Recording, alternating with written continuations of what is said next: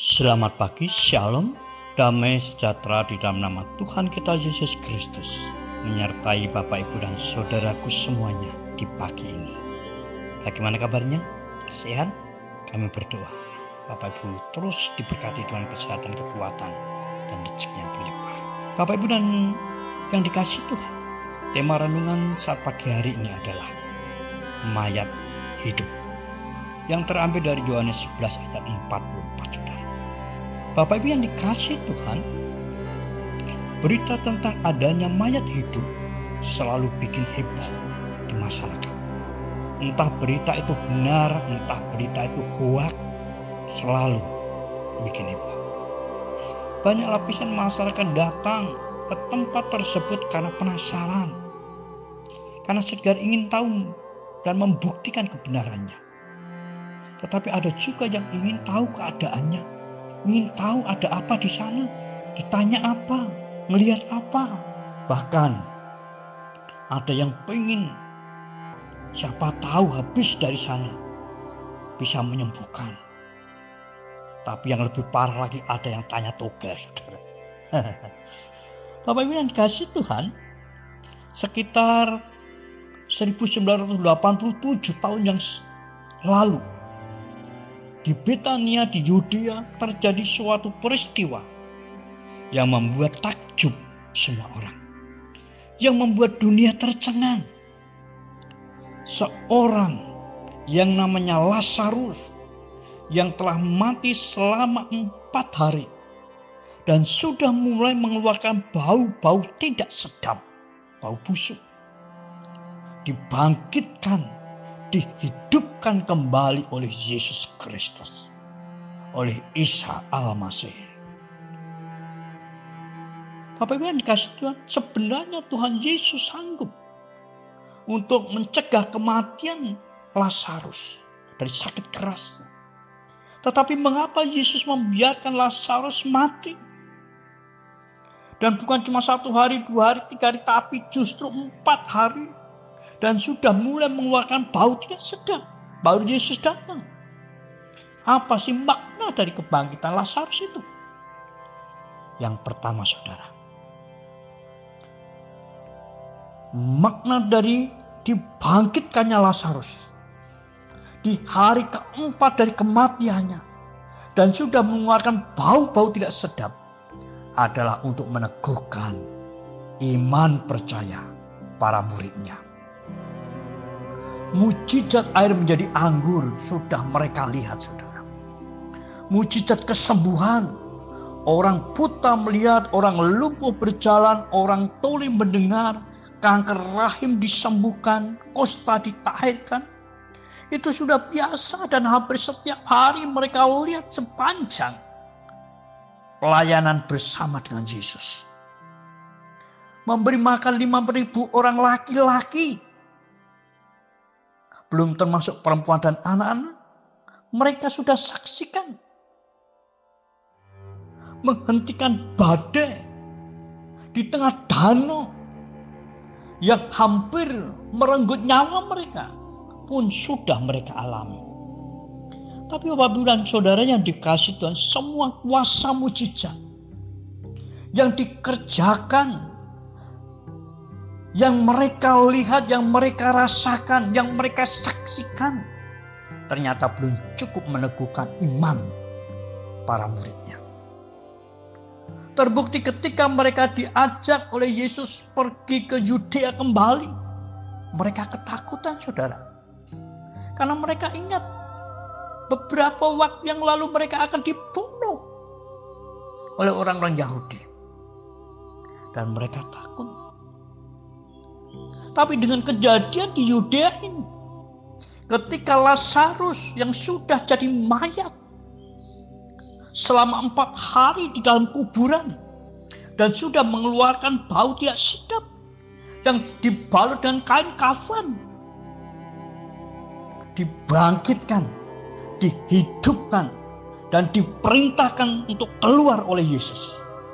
Dan Lazarus bangkit, Lazarus hidup, Lazarus keluar dalam balutan kain kafan. Oh, haleluya. mujizat yang betul luar biasa yang para murid saksikan. Tentunya ini akan meneguhkan para murid. Para murid dikuatkan di tangan Yesus. Akan ada ketentraman, akan ada keamanan, akan ada perlindungan. Karena kematian sekalipun dipatahkan oleh Yesus.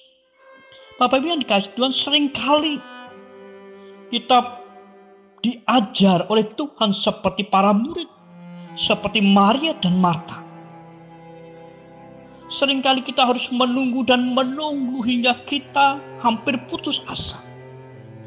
Tapi dikala kita sudah tak berdaya, dikala kita sudah putus asa, kita menyadari bahwa kita tidak ada apa-apanya, tak punya kuasa, tak punya kemampuan. Kita menyadari kita bukan siapa-siapa dan kita bukan apa-apa. Di saat itu, Yesus bekerja atas kita. Yesus bekerja dengan kuasanya untuk mendatangkan kebaikan bagi setiap kita. Mendatangkan sukacita buat setiap kita. Yesus yang penuh dengan kuasa itu melakukan segala sesuatu buat setiap kita. Sehingga kita tidak takut, sehingga kita tidak cemas, sehingga kita tidak khawatir, sehingga kita tidak gentar. Ketika kita berjalan bersama dengan Yesus, hati kita akan merasa aman, nyaman, damai. Karena iman kita semakin diteguhkan oleh Yesus. Yang kedua, Bapak Ibu yang dikasihi Tuhan, makna dari kematian, kebangkitan Lazarus oleh Yesus adalah supaya orang-orang Yahudi percaya bahwa Yesus Kristus adalah anak Allah yang diutus Bapa bagi dunia. Bapak Ibu yang dikasihi Tuhan, orang-orang Yahudi yang dimotori oleh ahli-ahli Taurat dan para pemimpin agama sangat membenci Yesus. Bahkan beberapa waktu yang lalu Yesus hampir saja dibunuh oleh mereka. Yesus sampai dilempari batu oleh mereka. Tetapi melalui peristiwa Lazarus yang dibangkitkan oleh Yesus, yang sebelumnya mereka meledek Yesus. Kalau orang buta saja bisa melihat, kalau orang tuli saja bisa mendengar, apakah dia bisa menghidupkan orang mati ini? Tapi kan saudaraku yang dikasihi Tuhan, ketika Tuhan Yesus memerintahkan Lazarus dalam nama Bapaknya di hadapan orang-orang Yahudi, saudaraku yang Tuhan, dimaksudkan supaya orang-orang Yahudi tahu betul bahwa Yesus datang bukan kemauannya sendiri, tetapi Yesus datang atas kehendak Bapaknya, atas Allah yang mereka sembah, atas Allah Abraham, Allah Ishak, Allah Yakub, Allah yang mereka tinggikan. Yesus datang untuk menebus dosa dunia. Dan ketika Lazarus diperintahkan untuk keluar, Lazarus keluar, saudaraku, dalam balutan kain kafan. Wih, luar biasa. Haleluya, saudaraku. Nah, Bapak Ibu yang dikasihi Tuhan, inilah yang dikehendaki oleh Yesus, supaya setiap orang-orang Yahudi sadar betul dan menerimanya. Bapak Ibu yang dikasihi Tuhan, jangan mengeraskan hati kita. Tanggalkan semua kepentingan kita, tanggalkan semua ego kita yang menghalang-halangi kebenaran Allah dinyatakan. Biarlah Allah melawat kita, biarlah Allah menjamah kita, biarlah Allah berkarya atas kita, dan biarlah segala berkat-Nya dicurahkan dalam hidup kita. Percayalah kepada Yesus yang diutus oleh Bapa atas kita, atas hidup kita, atas keluarga kita. Biarkan kuasa-Nya berkarya dan memberkati kita semuanya. Kiranya Tuhan Yesus memberkati Bapak Ibu dan saudaraku semuanya. Selamat pagi, selamat beraktivitas. Selalu jaga kesehatan, senantiasa bersukacita, bergembiralah senantiasa, karena bergembira itu adalah obat yang mujarab. Dan tetaplah bersyukur kepada Tuhan atas segala sesuatu. Tuhan memberkati. Amin.